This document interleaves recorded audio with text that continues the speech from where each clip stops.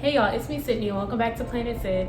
Today we are going to be looking at the Truman Show, and we're just going to be looking at the product placement and the overall industry of surveillance capitalism. So if you guys are interested in that, then stay tuned. So if you've seen literally any movie within the last century, then you know what product placement is, or at least you've seen it. But if you don't know, Wikipedia would define product placement as a marketing technique where reference to specific brands or products are incorporated into another work, such as film, TV, and movies. So for example, you can see this in like a show like The Stranger Things where Eleven is eating her Eggos. Like that's a form of product placement, for example. And there are actually 3 different ways to do product placement. The 3 are screen placement, script placement, and plot placement. Screen placement is when a product or a brand is in the foreground or background of a shot, but isn't mentioned specifically, but it's given enough screen time to where it's noticed. And script placement, of course, is when a character specifically mentions a product or a brand. And plot placement is when the product is a part of the film. So there are a lot of ways to do product placement, and in the Truman Show specifically, we can see characters like Martha promoting things like the grater knife, or we can see Marlon promoting a brand of beer. So it does happen quite a lot throughout this movie.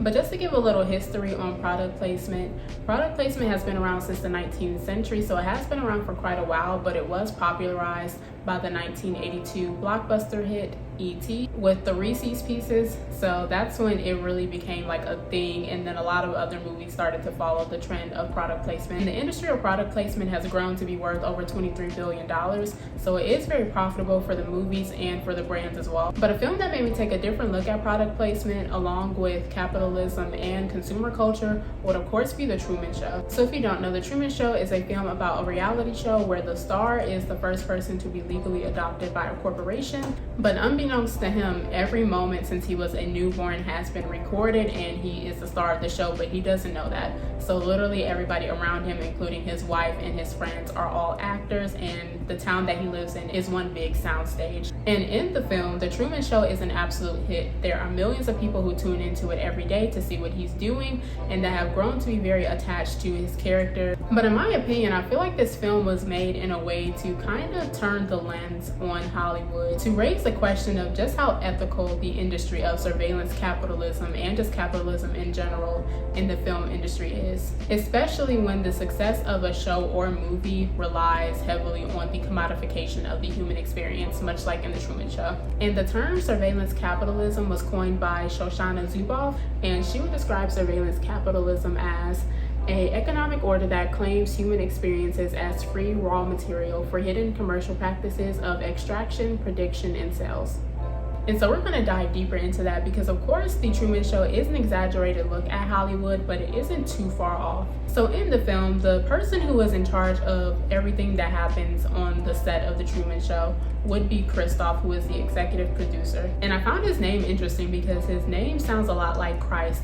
And in a way, ironically, he is in a way godlike because he literally does control everything that happens in Sea Haven, as well as he's a man in the sky because the producer's office is in the moon and it's up in the sky literally. So I thought that was an interesting detail. And the thing with Christoph is that he's created this manufactured reality that relies on Truman staying in so he could be profitable, because without Truman there is no show. And so to keep that, Christoph would deliberately create scenarios that would dissuade Truman from venturing out. And you can see this many times throughout the film where we find out that Christoph had killed off Truman's father so he could develop a fear of water so he wouldn't try and venture out. Or when he reintroduces Truman's father to create an emotional response to distract Truman from being suspicious. Because it would be one thing if Christoph just placed Truman in Sea Haven and just waited to see what would happen, but he doesn't do that. He literally controls and manipulates Truman's every move, and in a way he has to predict his behavior to keep the show running, because as long as Truman is there, he is profitable, but the second he isn't, there is no more show. In this article, they went on to compare this to the 2016 Pokemon Go craze that also relied on a corporation controlling the autonomy of millions of people in order to gain money. And they draw this comparison because it was revealed that businesses would bid to be a destination on Pokemon Go, which makes sense because if you're a destination on this game, and as a consumer, if you just happen to end up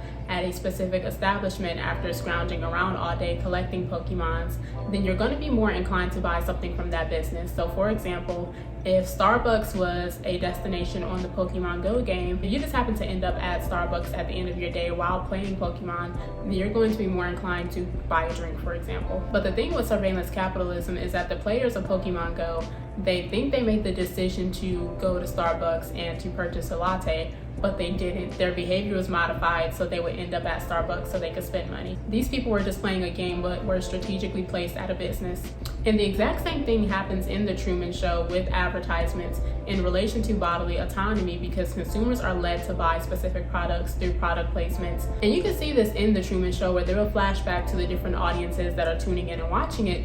And one of the locations is a bar, and if you look at their aprons, it's called the Truman Bar. So it was created to, in a way, drink your beer and to watch the Truman Show, because you can see that everybody who watches the Truman Show at the Truman Bar, that they are very invested in the show and that they keep track of how many days Truman has been there as well. And if you pay even closer attention, you can see that the beer that they are drinking in the bar is the same brand of beer that Marlin is promoting. So not only are they holding Truman captive, but they've also built entire businesses off of Truman's captivity and sold products that keep that business and the Truman Show going. And to dive in deeper in the film, we can see Truman's wife, Martha, promoting things like a fancy knife or hot cocoa, for example, opposed to Marlin promoting things like a brand of beer.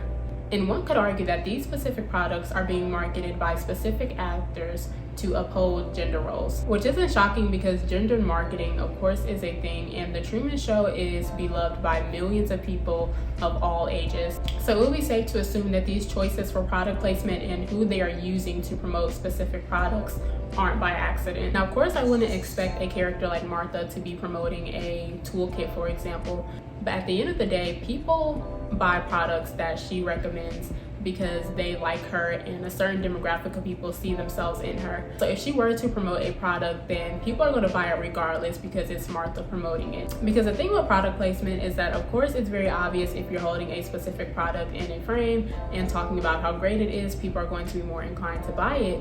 But there are also a lot of smaller, more minute details that can subconsciously influence people to buy products. And this is what we call mid-liminal messaging, which is a term coined by popneuro.com. They would describe mid-liminal messaging as the continual exposure to a brand, in turn influencing buying behavior. And in this article, they use the Transformers franchise as an example because in the films, Bumblebee is the hero, of course. That in turn increased General Motors' sales of the black and yellow Camaro by 10%. And I'll bet that seeing Martha promote a certain brand of hot chocolate, coupled with seeing Truman drink it, would influence more people to buy the product as opposed to just seeing Martha promote the brand of hot chocolate. But at the end of the day, the developer behind a game like Pokemon Go or the corporation behind the Truman Show profit from people continually watching it and buying into their advertisements. And furthermore, you don't coincidentally just get certain ads or advertisements when you're scrolling online or when you're watching a specific YouTube video, because in context of social media, these algorithms figure out who you are based on what you look at and your area and things that you may search, and then they tailor your feed and put in advertisements. Because when we're going online and if we're just searching for something random, we're not necessarily looking for a specific brand, but these corporations, they prey on you and your data in order to recommend ads and products so that these corporations can make money, or to recommend other accounts that would interest you so that you can stay on these apps longer so the corporations can make more money. And these corporations don't really care that they're using your personal information to make a profit, much like how Kristoff doesn't really care about Truman at all. Because you can see this towards the end of the film where Truman is trying to escape Sea Haven Island and he's on a boat trying to sail away, but Kristoff then gets angry because he still wants Truman to be profitable. So he does any and everything to try and keep Truman on the island. He nearly killed Truman by exposing him to dangerous water and wind conditions to try to get him to turn around the boat. And then he even went so far as to try and manipulate Truman by saying that Sea Haven is the safest place that he'll ever be. And this specific scene just goes to show just how far these corporations are willing to go so that they can make a profit. And in the film, Kristoff said something that really shifted my perspective. He said that we accept the reality that we are given. And I thought that this was so interesting because it's true. Truman didn't start to become suspicious until a number of strange occurrences kept on happening, like the studio light falling out of the sky or the radio mishap. Because up until these moments, Truman had no reason to question his reality. Everything was just how it was. even if the exact same person walked past his house at the exact same time every day. And so I began to wonder, like, what parts of our reality are we just accepting? Because the industry of personal data and the way that these corporations are profiting off of it is honestly really scary, but it just seems to be a normal everyday thing because people are so active on social media and we kind of like need Google and things like that. But there are so many other things that are laced into privacy policies that anyway give these corporations the authority to use and sell our personal data so that they can make a profit. And so I then began to wonder, how is all of this even legal? Because you would think that there would be laws in place that would protect the average consumer's privacy and that something like the Truman Show wouldn't even be allowed to be aired. And technically we do have some data privacy laws as far as like HIPAA and FERPA, for example, but there aren't any that protect us as individuals when it comes to social media and technology. And it gets even more complicated because we agree to things like terms and conditions and privacy policies, but that's because the average consumer isn't aware of what those documents actually mean. And the interesting thing about data is that it's all interconnected, so your personal data could be used to access another person, or if there's a data breach with a specific company, that could affect you even if you have nothing to do with that company. And we saw this with the T-Mobile data breach where it affected over 40 million of their customers, but it also affected people who weren't even T-Mobile customers as well. But at the end of the day, these big tech companies only care about making a profit and using your personal data as a means to an end, while simultaneously molding you into a person with no autonomy so that you can be used for profit and so that you could use their resources and their apps longer. And this is what we call attention economics. And attention economics is an approach to the management of information that treats human attention as a scarce commodity. And Joe Toscano, a contributor for Forbes, made this diagram of what the different metrics are. So the different metrics for attention would be, of course, your time on the screen and then the monthly active users. And that will be determined through swipes, scrolls, favorites, and comments, for example.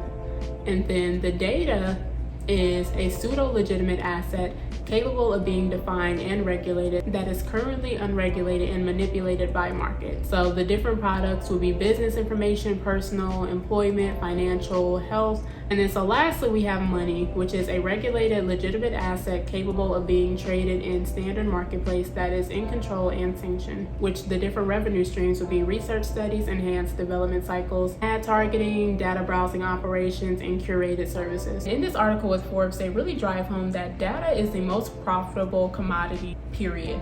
Like even more profitable than oil and gold. And you can see this on a milder scale with the producers for The Truman Show, who advertise specific products based on their demographics. And even on the flip side, the producers are using the data that they've collected on Truman to attempt to manipulate him into staying in Sea Haven. And the unfortunate truth is that even if they were to introduce better data privacy laws, that would be great for the next generation. However, the current consumers would just be out of luck because our personal data is already out there, it's already being collected, stored, and sold, and there is no way in getting it back. And it's much like Truman because his life will never be the same, even after he leaves, because of course the movie ends whenever he steps out of the door, so we don't know what happens, but everybody, literally millions of people, watched him every day for 30 years. So they know what he looks like. They know everything about him, even though he didn't consent to them knowing everything about him. So in a way, it seemed like Sea Haven was a personal hell for him, of course, because he was there and he didn't know that he was being watched. But now you're entering in the real world and your life isn't going to be any different, and it may actually be a lot worse since he won't just be able to be a normal person and figure out what life is. Like Truman won't be able to just go to the grocery store without everyone being aware of his existence. Of course, Truman in a way did gain autonomy at the end of the film, but in a way he still has to deal with what comes with being world famous. And don't even get me started on the psychological trauma that Truman has endured due to realizing that his entire life is fake and that every relationship, including his wife, his mother, his friends, are all fake and they are all paid actors. I can't imagine what that would do to a person psychologically. And so it makes me wonder if Truman may have been better off staying in Sea Haven because there would have been at least an illusion of normalcy. But Truman is off to find his true love and to live a life that he is in control of, so maybe it was worth it. So that is all I have, ladies and gentlemen. That is the end. I hope you guys enjoyed this video. Thank you guys so much for watching. I hope you guys feel safe and seen wherever you are, and I hope you guys are finding joy and fulfillment on your journey of self-expression.